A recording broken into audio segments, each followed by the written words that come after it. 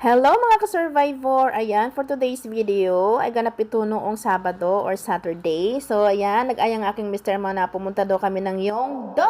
So, ayan na nga. Andiyan na nga kami, ano, at talaga namang natulog ng anak ko at ginising ko na siya na sabi ko, anak, nandito na tayo sa bada or sa dagat. Sabi niya, ay nako, pag dagat na pag-uusapan at tubig, ay walang problema yung anak ko. So, ayan na nga, at nabihis na nga ang anak ko at ready na siyang magtampisaw sa dagat. Pero, ay, as usual, mainit ang panahon, pero malamig ang dagat. Pero ganun pa man, kahit malamig ang dagat at mainit naman pag-ahon mo, kahit na medyo makulimlim siya, pero mainit naman talaga siya. So, okay lang, walang problema. At ayan na nga, ilang beses na siguro kami nakapunta dyan ng Yongdok. Siguro, nung nag-swimming ang anak ko noon last year ba yun? Basta ganun. About 2 years old pa siya noon.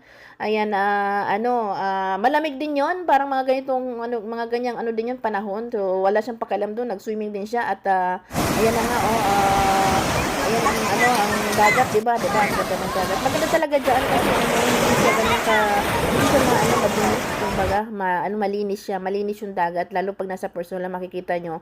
So, ayan na nga. At, nasusugod na nga yung anak ko sa, susugod na siya sa wave ng dagat, yan na nga, at naglalaro na nga siya ng buhangin or ng dagat. So, ang ginagawa niya sa ipapalutang niya yung laruan niya. So, ayun na nga, at nag-enjoy na nga ang ating pangapaa sa dagat. So, sabi ko, laro-laro muna tayo dito, anak. Siguro naman, kako, nagustuhan mo dito. Yes, sabi niya, numutsua nga daw. So, naglaro nga sila ng, alam mo na, pagbata, may mga ganyang laruan dito. So, maglaro sila ng mga buha-buhangin. So, ayan na nga. Sabi ko, gusto mo na bang maligo? Sabi niya, yung benya daw ay ipapadaanod niya daw sa dagat. Sabi ko, nak naman. Ginabol ko kasi nga hindi na makukuha yun. Saka medyo malalim na nga dun dati kasi nung ako'y bata-bata pa, parang wala akong takot sa lalim ng dagat. Tapos ngayon, parang pag nag-swimming ako sa may lalim ng dagat, parang piling ko may ihilas sa akin, gano'n. Ewan ko, ba't gano'n yung pakiramdam ko ngayon? Dati naman hindi ako ganyan, kahit gaano kalalim, wala akong pakialam. So, ayun, naglaro muna nga kami ng aking ng kaming tatlo, ako nagkukuha ng tubig, tapos lalagyan ng buhangin, ganyan. So, alam nyo kasi mga ka-survivor, yung mga ganitong moment, hindi natin mababayaran ng pera yan. Kasi, na yan kumbaga, pag na-record mo na yan, so, pag na-upload mo na yan, ibig sabihin yan na yun, hindi na yun mawawala. Kumbaga, maliban na lang kung i-delete mo or i-delete mo nga, ganun, mawawala yun. Pero, yung mga ganyang moments, paglaki ng anak namin, ganyan, makikita niya na, may mga ganitong ganap pa lang aking magulang kasama ako nung bata pa kami. So, pagka mga ganyang moments talaga, hindi ko yan, kahit ang dami-dami ko ng videos na hindi pa na-upload, hindi ko talaga binubura o hindi ko inaano kasi kahit na late ko na siyang i-upload ko pa rin kasi nga for the memories na na nung bata pa siya, ganun yung ginaganap namin kasi alam mo na ang panahon ngayon napakabilis na lang talaga ng panahon, ang mga bata parang inihipan na lang, kaya sabi ko nga kung gagawa kami ng mga memories o kaya kung gagawa kami ng mga ganyang family day, ganyan, family time, talagang ibina-vlog ko yan o kaya binibideo ko kasi pagka lumipas na yon, hindi na yon, kumbaga wala nga kasing wala nang fast forward na oras. So forward lang yun ng forward, parang sa kanta lang yan ni Lea Salonga, forward always forward, ganon. Kaya nga may mga moments na ganyan, wag nang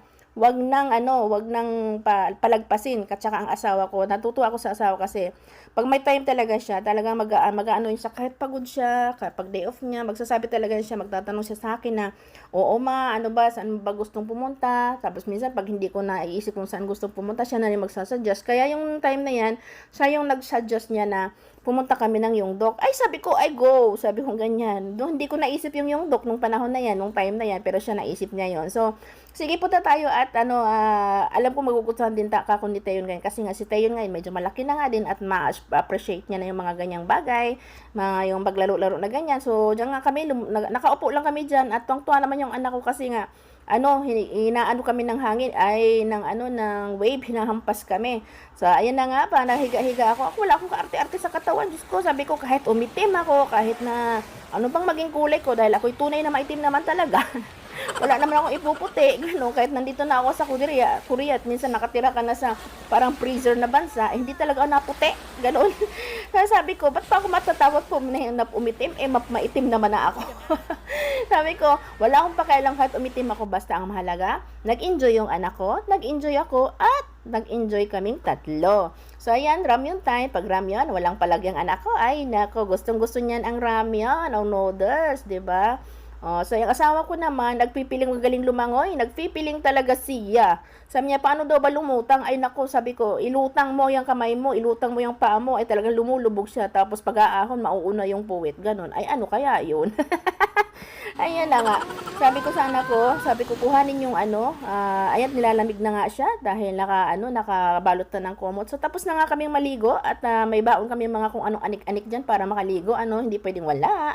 So ayan na nga, kahit walang blower, okay lang. Ang mahalaga nag-enjoy. Ganon. Life is enjoy lang natin. Huwag masyadong hard kahit medyo hard ang life.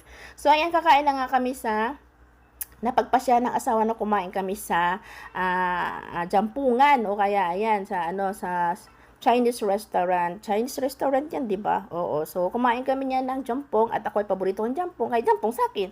Sa kanya naman ay jajangmyeon. Ay sabi ko, sige, maghati-hati na lang tayo. Let's eat together na nga lang. Sabi ko ganun. So ayan, hanggang dito na lang po. Bye!